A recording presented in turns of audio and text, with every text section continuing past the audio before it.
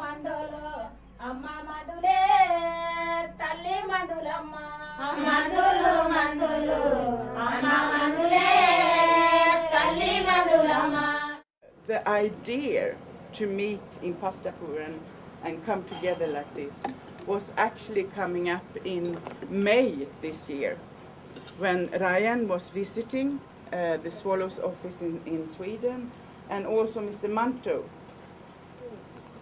were visiting at the same time the Swallow office.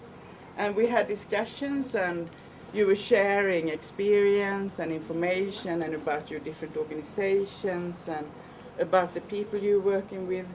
And it was such a good feeling. So then in the discussions we were saying, if we could get all our partners together and have this kind of exchange. In this room there is a lot of knowledge. There's a lot of local knowledge, and there is a lot of knowledge where people have exchanged with other organizations in all their work. Yeah? So that kind of knowledge that is here is really important to carry with us. Good morning. I'm Sitana, Project Coordinator, Svalorna Community Network. Thank you. Good morning.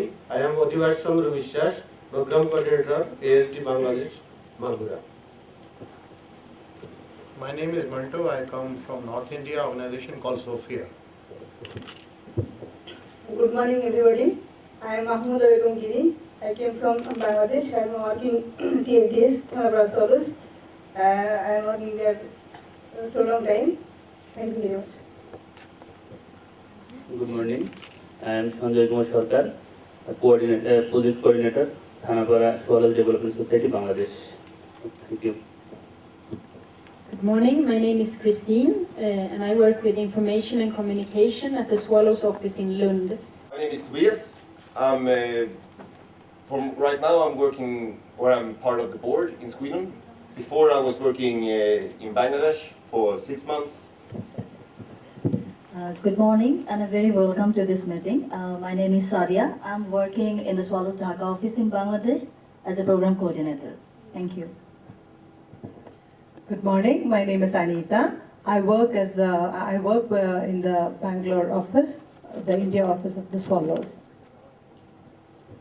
A very good morning, and I welcome all of you again. I'm Shuli. I joined Swallows Dhaka office on 10th January of this year.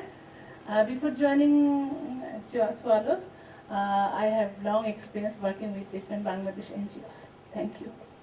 I am very curious to know how many partners Swallows have in India and how it working. Because in Bangladesh at least we have one type of work and we have tried to build a network. So is it similar or is it different? And what is the working area? Are you covering the whole India or you have covering some special part of the India?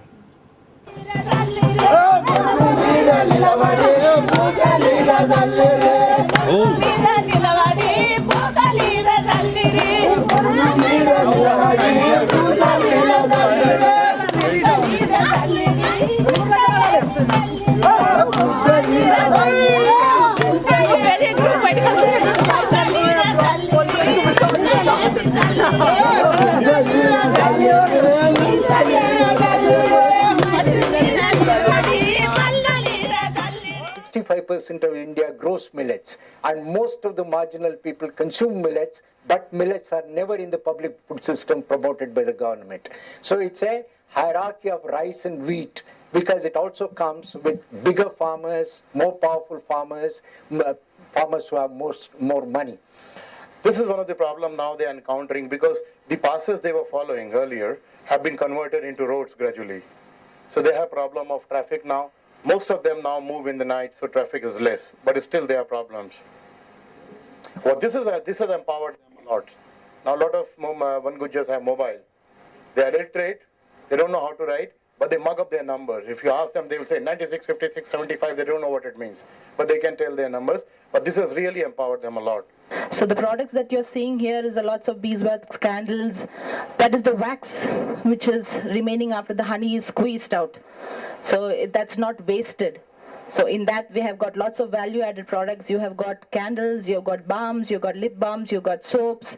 There's quite a lot of things going on. And we are also promoting organic producers. We work in about 1,500 villages with about 300,000 people as group members of Nijera Gori, of which over 55% will be women. So we are members of certain networks. A lot of them are feminist networks because I am a feminist and I have no apologies for being one. Small farmers are being pushed by both NGOs as a conduit, but a lot of commercial local companies to grow vegetables or corn or etc. for the Dhaka market. So they're being given the seeds and the technology and the loans, and they're forced to sell it off. So the farmer who used to be an independent farmer wanting to talk about being self-reliant is important. So we are now doing a lot of series of these workshops at the grassroots on the difference between food security and food sovereignty. But the change which is coming under globalization or marketization or neoliberal policies, that the resources are handed over to corporates and MNCs. And it is believed that they will bail us out. They will create more jobs. But the problem is, if tribals use the forest, and mineral wealth is beneath the forest, so the entire aluminium bauxite mines are handed over to a corporate, so they remove the forest. But the tribals don't own the forest in legal sense. The problem is then they lose the right. It affects their survival immediately. Why can't we start talking about democracy being reforms of each party being able to answer back to the people themselves? It's not that I just vote and then that's my democratic right. It's asking questions and ensuring that I have the answers. It is very important for us to address the issues of the mountains. Otherwise, with the depleting natural resources, we can expect a lot of calamities to be happening in the near future. I mean, who holds the power? The person who owns the land, the person who runs the business, the person who, and that kind of power is not there. So when you are talking about democracy, he says that it's like mocking. All these 64 years, people are talking about reservation and all those things, but Dalits have not actually benefited from any of these acts and all that which is already there. They have been marginalized. It's globally a known issue that land grabbing by the corporations it's happening everywhere in the world, and also it is very much in Bangladesh. Climate change issue.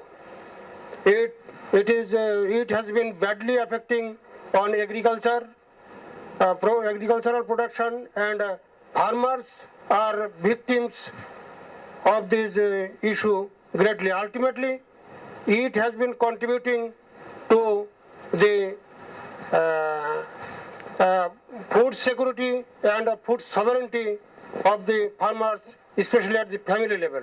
One of the ways of looking at population is not just the absolute number of people in a given geographical area. The number of people using how much resources.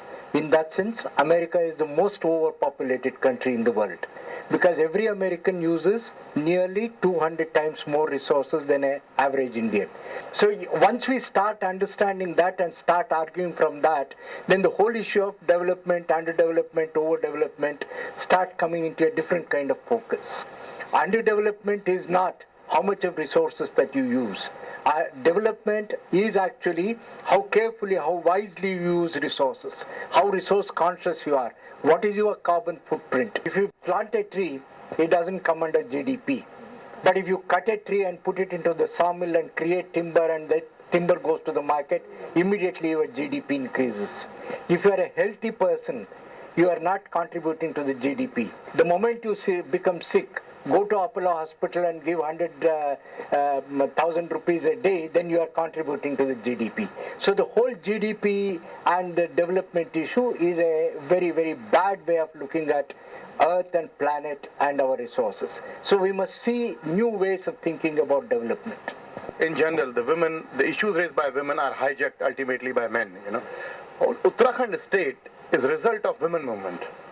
It was women who went to rallies, demonstration, and that time, men were looking after the kids. They were in home, and on roads it was women. But now Uttarakhand is created last 10 years. You see, all chief ministers, everywhere in power, decision makers, they are men. Women have gone back to their home. The rights of the farmers, it has been violated in everywhere. And if we see the core causes why the local, the small farmers, the marginalized farmers, why they are in poverty.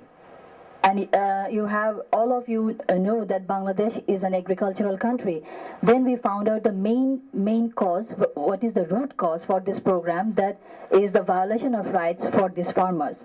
From the family, the male person and the female, they can both come into the program or into the meetings, into the trainings and workshops.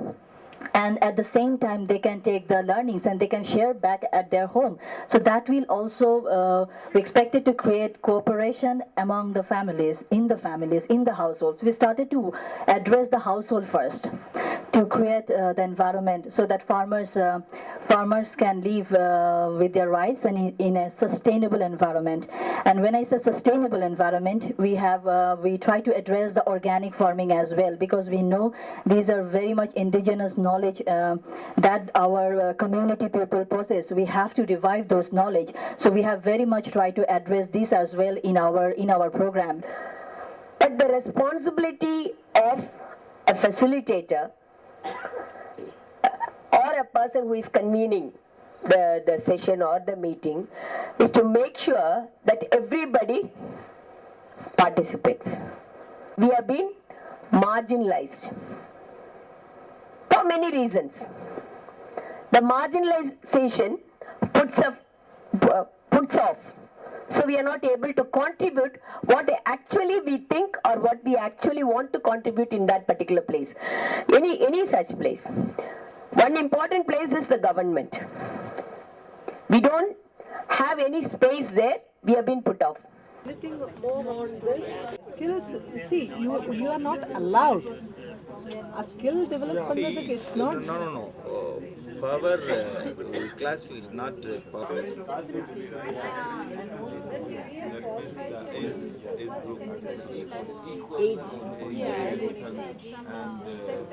Sustainable monitoring. Not only sometimes Indian government is there, and all department is reservations there.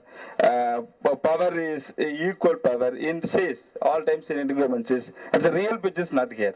So we are in our power and sharing about in equal participation is through continue monitoring, very important one thing. So I think the kind of language that is used in a group or in a forum also is important for participation. How genuine the participation is. Do they really own the process? Do they really own the process, which we call the participatory? You have talked about all different kinds of institutions, except the non-governmental organization where we are working, the NGOs. That is also an institution, that also has a structure, that also has a very dominating role model, whether that particular institution is participatory. And all these things what you have said, the structures, the political, religious, social, economic, media, education, you name it, all these structures, all these institutions in some way have contributed to the values that we have deep in our mind. And our attitudes are a reflection of these values. And our behavior are reflection of our attitude. So basically our mindset has to be changed, our values has to be changed, and we also have to change the same values with our institution and then they're out there in the society. Which means it is three-pronged and it is very, very difficult and it is very, very important. Advocacy is a step, but it's not a solution. It can never be a solution. It is only a means.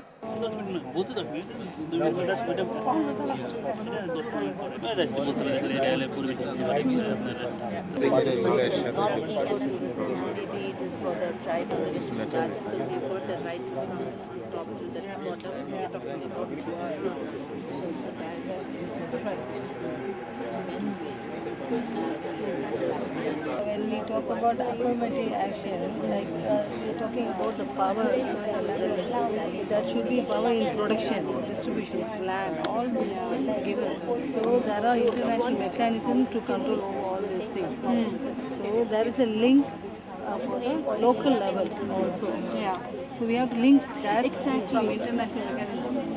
There are, but local level the same issue is there. We have to link that. That's a gap. It was a new learning. We had to share our ideas. It's all in bits and pieces, but we need to see where is this thread running across. பேசவே முடியாது ஏன்னா மற்றவர்கள்லாம் அதிகமாக இருக்கிறது பெரிய பிரச்சனை அங்கே